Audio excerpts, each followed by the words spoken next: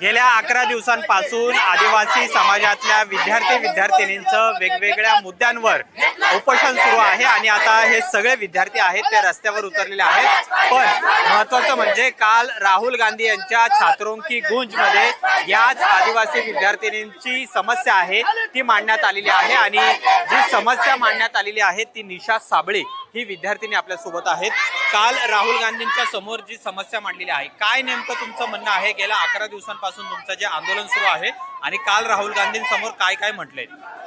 एक तर आमचा प्रमुख आणि महत्त्वाचा मुद्दा असा आहे की जे 12,500 पदे आहेत आमची विशेष पदभरती आहे ती तात्काळ करण्यात यावी। आपले जे सीएम आहेत फडणवीस त्यांनी सांगितलं होतं की मागच्या वर्षी की पुढच्या 100 दिवसामध्ये हे जे पदभरती आहे ती केली जाईल।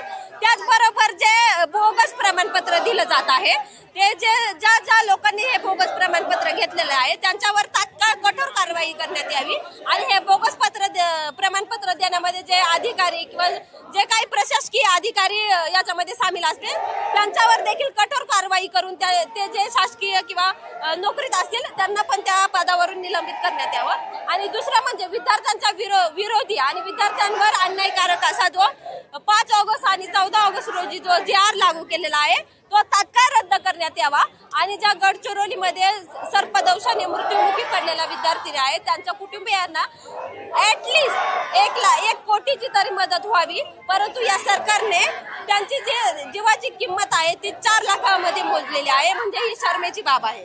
आणि जे आश्रमशाळा आहेत त्यांच्यामध्ये जे सेंट्रल किचन पद्धत आहे, म्हणजे एका ठिकाणी तुम्ही जेवण बनवणार आणि तुम्ही 70-80 किलोमीटर ते जेवण घेऊन जाणार, ते खराब होतं। ते मुलं लहान असतात कारण पहिलीपासून तिथं ऍडमिशन होत असतं, त्यांना कळत नाही हे जेवण खराब झालंय म्हणून त्यातून विषबाधा होते आणि त्यातून बऱ्याचशा विद्यार्थ्यांना उलट्या जुलाब किंवा असंच लूज मोशन सारख्या समस्या उद्भवतात। त्या विद्यार्थ्यांना म्हणजे जीवाशी खेळ होतो त्यांच्या, मग त्याच्यामधूनच जे आमचे विद्यार्थी आहेत आदिवासी विद्यार्थी ते खरं तर कुपोषणाकडे वाटचाल करत आहेत।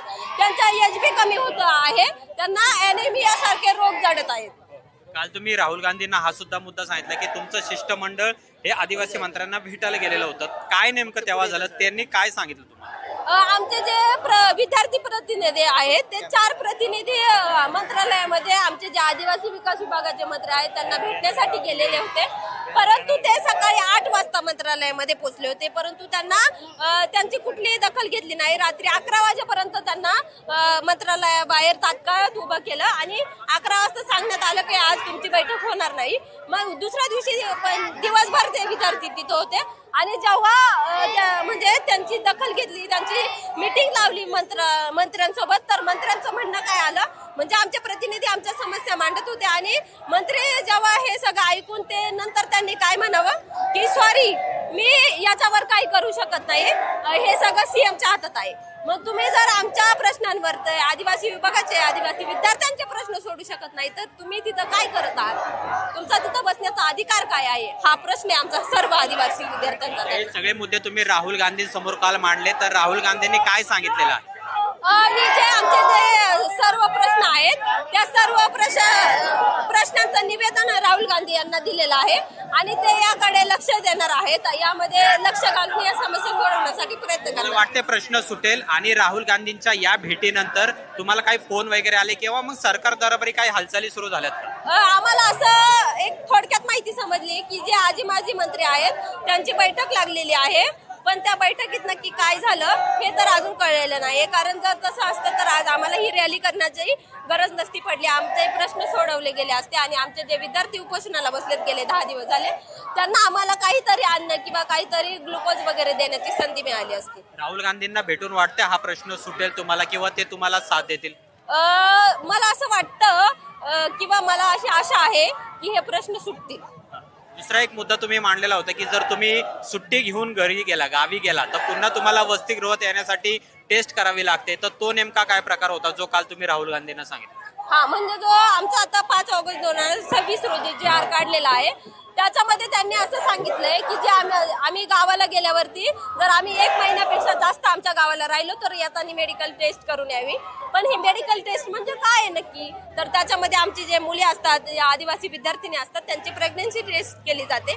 जेव्हा आम्ही प्रश्न किंवा आमचे जे वॉर्डन वगैरे लोक असतात त्यांना विचारतो की का हे आमच्या बाबतीत का करता तुम्ही, तर ते म्हणतात की संसर्गजन्य रोग आढळून आले तर किंवा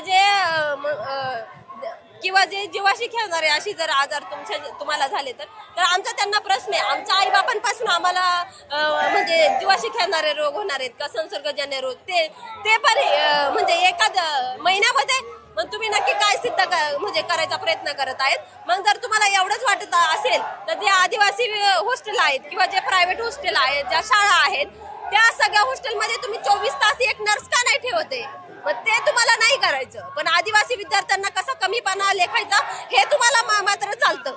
म्हणजे तुम्ही आमच्या विकासासाठी बसलेले आहात, आमच्यामुळे तिथे बसलेले आहात आणि आमच्यावरतीच अन्यायकारक अटी लादत आहात. म्हणजे ही शर्माची बाब आहे खरं तर.